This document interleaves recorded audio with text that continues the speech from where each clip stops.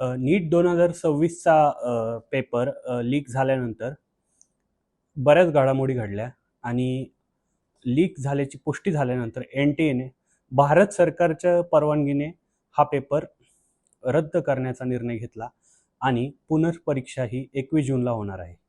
पण या सगळ्या घडामोडीत महाराष्ट्र हा केंद्रस्थानी आहे.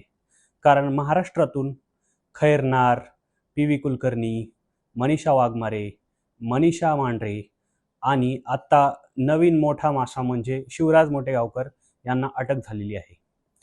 हे या सगळ्यांकडे बघितलं तर हे NTA ने यांच्याशी संपर्क साधून NTA साठी काम करणारे PV कुलकर्णी आणि मांढरे या दोघांनी बायोलॉजी आणि केमिस्ट्री यांचे पेपर अनुक्रमे क्लासेसला विकले आणि क्लासेसने त्यांच्या विद्यार्थ्यांना हे पेपर पैसे घेऊन दिले आणि आउट ऑफ मार्क देण्याची गॅरंटी दिली.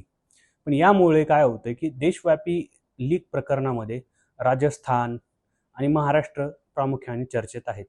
तर सीकरला सुद्धा, राजस्थानातील सीकर येथे सुद्धा पेपर लीक करण्यात आला आहे.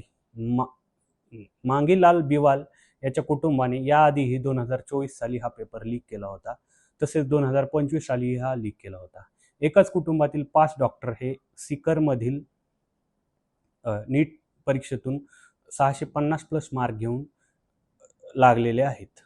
त्यामुळे हा संशय येतो की ही स्पर्धा परीक्षा जी एक देश एक परीक्षा आपण राबवत आहोत ती योग्य आहे का? कारण यामुळे गरीब, मध्यमवर्गीय यांच्या मुलांच्या डॉक्टर होण्याच्या स्वप्नांना आता तडा गेलेला आहे. लोकांचा विश्वास हळूहळू परीक्षा पद्धतीवरून उठत चालला आहे. मोठेगावकर सारखे बडे धेंड यात इन्व्हॉल्व होते आणि यशाची 100% हमी देऊन त्यांनी श्रीमंतांना आपल्या जाळ्यात ओढलं होतं. यांच्याकडे असलेली साधन संपत्ती, रिसोर्सेस, पॉलिटिकल कनेक्शन्स यांचा वापर यांनी आजवर केलेला आहे. याआधीही पेपर फुटले होते पण यातून ते वाचले होते. इन्कम टॅक्स, ED यांच्या धाडी पडूनही हे लोक यातून सुटलेले आहेत. अमाप संपत्ती आणि पैशाच्या जीवावर या लोकांनी सिस्टमच हॅक केलेली आहे. आजपर्यंत ही सिस्टमचा कोड त्यांनी क्रॅक केलेला होता, पण 2026 साली मोठ्या प्रमाणावर लीक झाल्यामुळे NTA त्यांचा परीक्षा निकाल लावण्याचा निर्णय मागे घ्यावा लागला आणि पुनर्परीक्षा 21 जूनला घेण्याचं ठरलं. पण यातून अनेक प्रश्न उद्भवतात की तो म्हणजे नीटसारखी राष्ट्रव्यापी परीक्षा असताना त्याबाबत इतकी निष्काळजी कसं काय बाळगण्यात आली? यामध्ये मोठं रॅकेट आहे की फक्त आता जे पकडलेले 7-8 गुन्हेगार आहेत त्यांच्यापुरतंच हा मर्यादित आहे? तसेच नवीन पेपर फूट बाबत केंद्र सरकारने केलेला कायदा या लोकांना जाळ्यात पकडण्यासाठी